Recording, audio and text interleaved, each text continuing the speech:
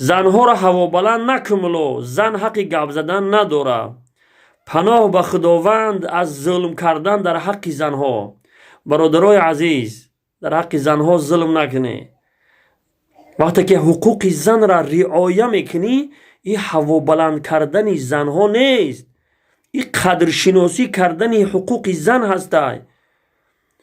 هر یکی از شما میخواه که با دخترش، با خواهرش، همون شوهرش رفتار خوب داشته باشه.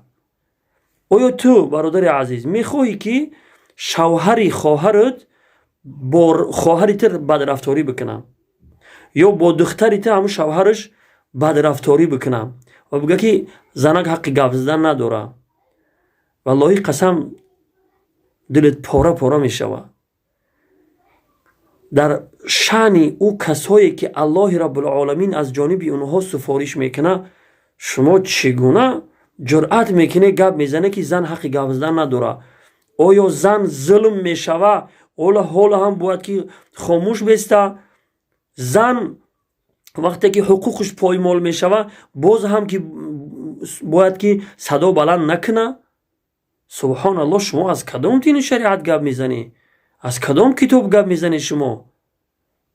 زنها آیا پیش پیامبر خدا شکایت کنی نمی اومدن از شوهرشون؟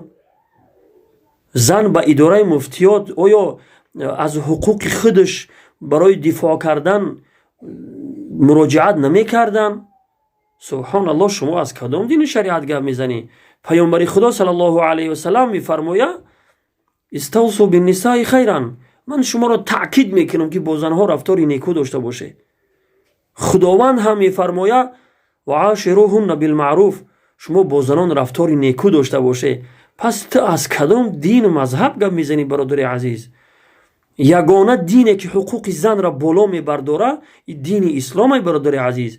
با این فکرها و با این عقیده هاتون اسلام بدنام نکنی برادر عزیز.